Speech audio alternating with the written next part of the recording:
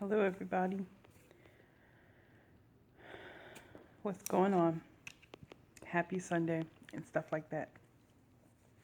So, I'm going to talk about my soul retrieval, and I'm going to try to stay on topic because I be getting off topic. I want to stay on topic about the experience and then whatever afterwards, and then like now, because now we are at the end of March, and I did it in November. I don't really remember the day.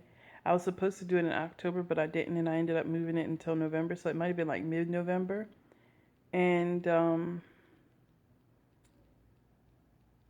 basically, the soul retrieval is like you go through trauma. You go through traumas and stuff like that from the time that you're born. So soul retrieval is calling the pieces back to yourself that you lost in trauma.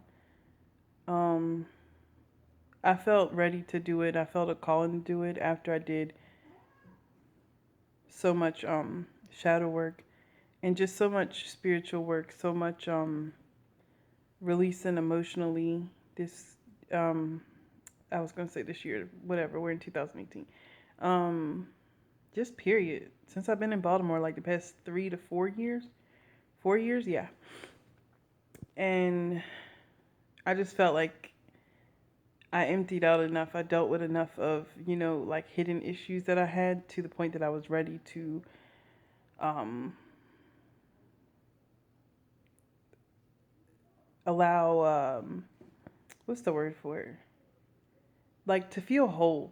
I was ready to um, call those pieces back into myself. I was aware that they were missing, and I was and aware that I needed it. So I did it. um, in October, I did a chakra clearance session. Usually, there's a session that you do primary, like prior to doing soul retrieval. But anyway, since I had done so much work, there was really nothing for her to do, or nothing, no prerequisites that I needed. So we just did that. And so soul retrieval basically in that room is like a bed. Um, this particular shaman, she used amethyst bed. Amethyst like the crystal, and that's what the base of the bed is made out of. And then it had like a copper. Um, I don't know what they're called, but I call it a conductor, where it's like, you know, coming down like 4 bars over top of the bed. I mean, I don't know. I call it a copper conductor, but that's what I felt like because it's about conducting energy. So that's what I call it, whatever. And the amethyst bed is actually heated. It's really nice. It's comfortable. So you do that, you get comfortable. And um, because it's not like, 100% indigenous, it's like modern. So she put on a drumming CD and instead of like having somebody drumming and journeying. So there was a drumming CD, and she proceeded to journey to retrieve lost parts of my soul. And so um, the experience itself, like what she saw or what happened or the way that the pieces came back to her, is very distinct. It's different for everybody. It's not the same at all. Um, Mine was very special. Whatever, I'll just share it. I was trying not to like make the video too long, but what the hell?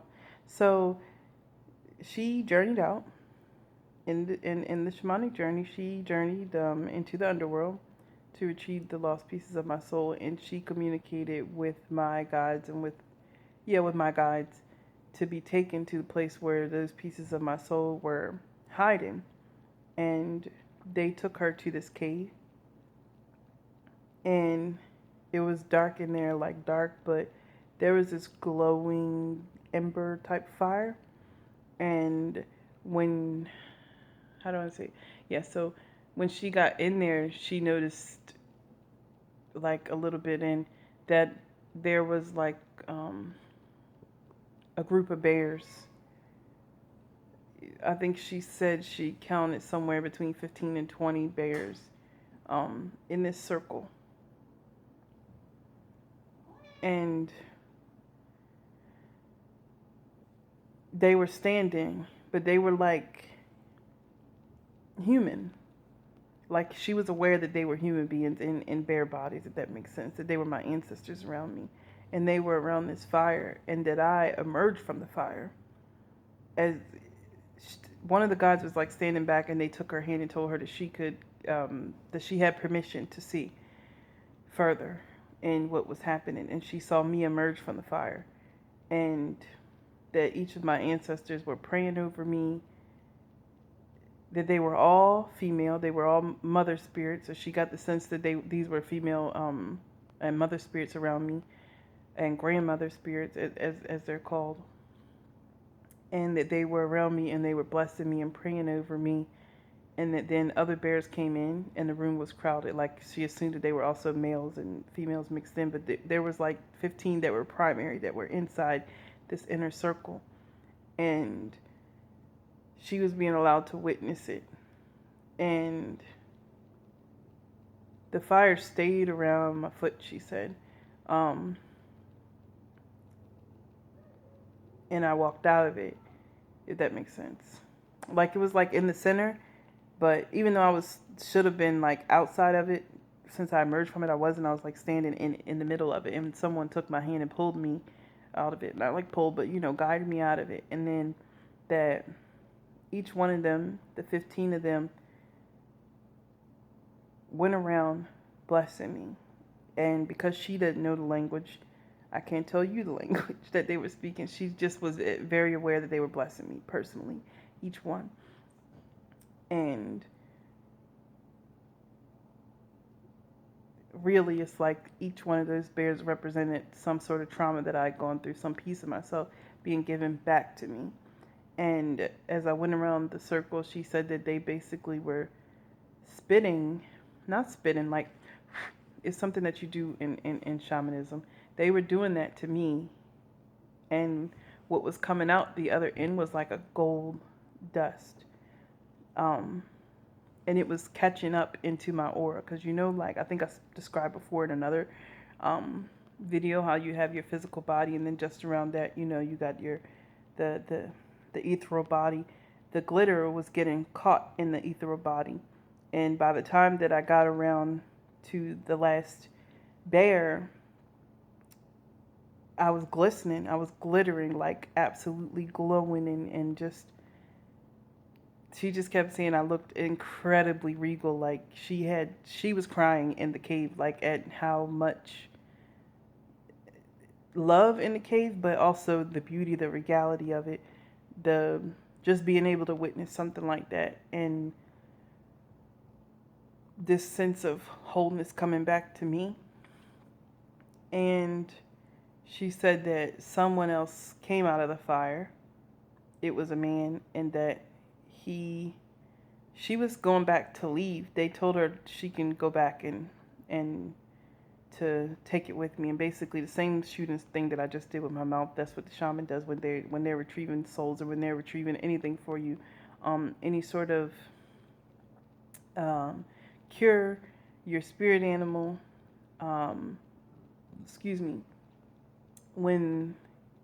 anything that they're taking back, they grasp it and blow it into you. And when she was directed that she could go back and do it, a man grabbed her hand and said, "Oh, I've got to come too." And she said, "Well, who are you?" And he said, "I'm an old friend, and I'm going back with her." And she said he walked into my body, and she took my hand and my guide's hand, and he led us out of the cave, and that was it. She came back. And so, when you wake up, you feel all right. Like, okay, this is. I felt like this tingling, buzzing physically. I felt this tingling, buzzing feeling at the time that it happened. Like, I don't know. It's almost like sitting on the edge of emotion. Like you want to cry, but you're not crying, or you don't even know what you want to cry about. It was like that. It was weird. And, you know, she didn't explain to me everything that happened. But the reason I'm making a video, I really was going to keep that private. But I'm at this point where I can't anymore because every bit of myself that I lost is truly coming back to me. Like, I thought that soul retrieval, that any sort of shamanism is something that's happening on the spirit. And yes, we're very aware that spirit affects the physical world, right? But it never occurred to me just how much and what it really meant. And so, how do I best describe it? It's like all of a sudden, what hit me is that things that I used to eat when I was a kid, kid, probably when trauma first started happening to me, I wanted to eat those things. I wanted to see certain things or go certain places. Like I was very active. I found myself like acting a little bit childish, if that makes sense, because so much of my childhood was just taken from me and cut off. I can actually identify and say that that was a 7-year-old me. All of a sudden, like I was sitting in here watching cartoons and eating cereal, and I don't eat cereal. And not to say I don't watch cartoons, just some. I mean, I'm adult. I like real TV now, but more importantly than that, I think the most striking thing to me is the goddess factor within myself. I just saw several other things while I was saying that, but the striking thing to me was the goddess factor, and realizing that if you know anything about spirituality, like or I guess occultism, I don't know what you want to call it, or mysticism. Yes, you know you come in, you carrying a feminine energy or a masculine energy, but others of us host somewhat of like energies of a deity. Just about everybody does. And as for me, I was aware, but I was unaware that like it was such a big part of me. Like even when I changed my name to Queen Isanu, when my YouTube name used to be Miss Prieta, I don't think I ever even discussed that, but like Miss Prieta it means someone is dark skinned. Prieta is somebody that's dark skinned. So that was all that meant. And at the time I was just like, I'm gonna do videos in English and Spanish, and I never did any in Spanish. I should do some. But anyway, I changed my name to Queen Isanu because that's the name of my higher self. And Isanu is a hyphenated name, hyphenated it. But it's actually, what do you call it? It's like a combination of two goddesses, the goddess Isis and the goddess Anu. And honestly, I didn't know what that name meant. I just knew that that was what I was calling her when I spoke to her, when I would seek my higher self for counsel and meditation and things like that. I really just winged it. I really don't know. I mean, now I know a whole lot more, like I've actually studied more. But when I first started getting into spirituality and really delving into what is me, what is I, whatever the word is, I don't know what goes there, but when I first started getting into like, okay, I need to elevate, I need to raise my vibration, I need to fix this about myself and fix that and forgive this and like actual work on myself, I was aware that somebody else was above me and somebody else was guiding me, and that we looked the same, and that this person knows me and she's bossy. She's actually kind of bitchy. And I was aware that her name was Isanu. And like I said, it's a combination of two goddesses.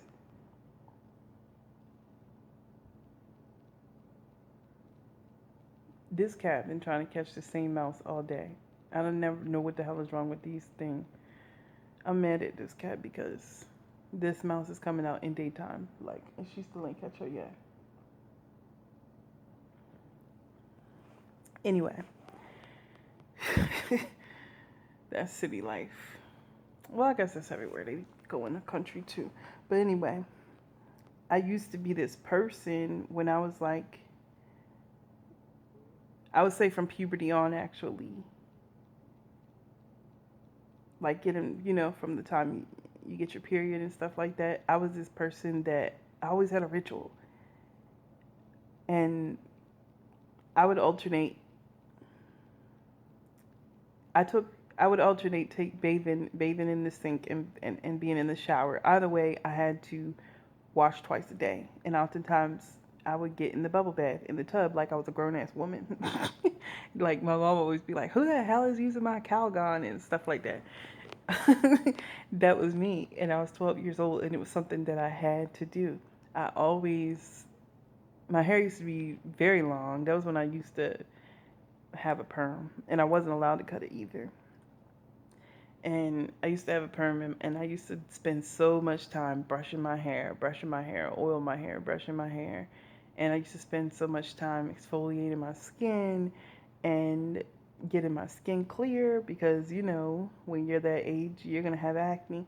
And I used to spend so much time on the way that I looked. And I exercised because I wanted to continue to be a certain size. And I realized with the trauma of puberty, because a lot of things happen attributed to that. I'm going to talk about that in another video, because that's part of root chakra, which is, talking about your foundation as a human being.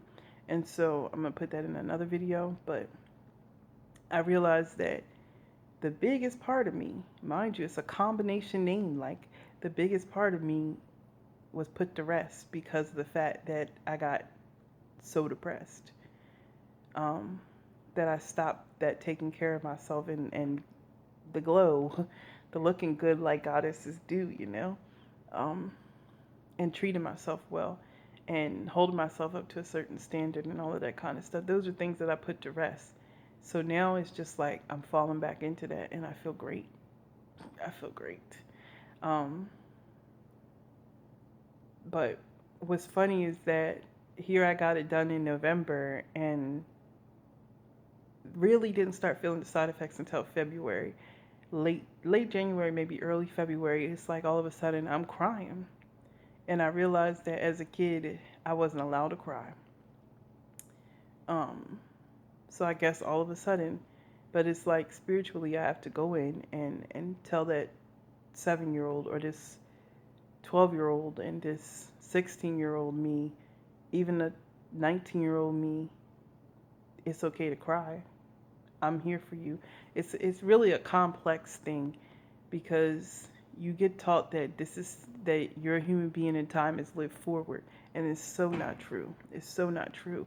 And unfortunately, cancers, we actually live in the past a lot, like it's something that I can't help.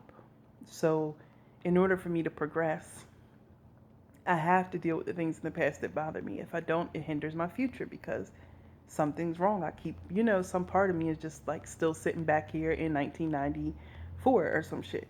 And here I am in 2017 and seeing all these blockages and shit in my life that I can't seem to get through, that I can't seem to get past. And so I knew, at some point in time that I had to clean up, but I couldn't figure out why I had cleaned up so much and I'm still blockaging. And now that I have those pieces of myself, the pieces of myself that enjoy dancing, the pieces of myself that enjoyed singing so much. I didn't realize it, but I had really, really, really seriously become a shell of myself. Like just a little shell. I wasn't doing nothing that I enjoyed to do, that I enjoyed doing previously, as a teenager and as a young woman. Damn, I got so much to talk about like that, about that stuff. Because all women should know the shit that I know today, right now. So, but I only got so much space on this phone. I think I might try and use my laptop if it'll work. I got this new laptop, but the camera sucks. So I haven't recorded anything with it. But point being, all of a sudden I had to cry. All of a sudden I couldn't stop singing. All of a sudden I got to eat certain foods. It's like all of these different aspects of myself. I have to sit down with them and say, what can I do for you? In what way have I disserviced you? How can I help you heal? Because it's back, but those pieces of yourself come back. It doesn't mean they come back whole. Like they don't come back healed. They come back just the way you left them. So when I suffered sexual abuse at 7 and sort of like, I wasn't abandoned by my mother, but more like neglected. Those parts of me coming back, and I have to pay extra attention to them, be extra affectionate to them. And it's as simple as telling myself in my head when I get upset about things and I realize I'm being childish, it's not me. You know what I mean? And I have to say, it's okay that you feel that way. I understand that you feel that way and know that you're loved. Or, don't worry about it. You are safe. There's so many things I have to reaffirm. But now that, I don't know, so this is March and we're about to go into April now. So I have so many physical symptoms too from this shit. Problems that I haven't had in years, like having really bad periods and stuff like that, like I had when I was a teenager. That and migraines. I used to have migraines like a bitch as a teenager, and all of a sudden that's been coming back, and I can't figure out why. Or couldn't figure out why, rather. I know why. So, but because I've cleared out so much negative energy and so much of, things that get stuck on your org body, I'm able to deal with each one of those versions of me and really, really, really understand what it is to be complete and be whole. Because, we get taught that, like, you're supposed to find a significant other, that you're supposed to be married, you're supposed to live happily ever after, and create children and do this and this, that, and the other. And all of that shit is a lie. Like, especially in modern times, we all go through traumas and nobody's going back to fix anything. And that's a huge problem. So this year, as I become whole, and we already started Mercury retrograde and it's in Aries up until like mid-April or end of April. I feel something inside of myself that's trying to come out and be more of service. And another thing that I realized that I adopted as a result of the trauma was shyness and this idea of second guessing myself, of insecurity, and like always not feeling like I'm enough.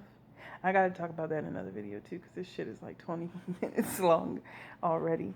But anyway, I just wanted to share the experience of my soul retrieval, and I could go on how it's like backfired in so many different ways in my life. I could go on and on and on today, but I just want to share that, and keep an eye out because I'll have more videos coming. Yeah, I might have space on this memory card. I did get a new memory card. There might be enough to do more, but anyway, that's enough. Bye.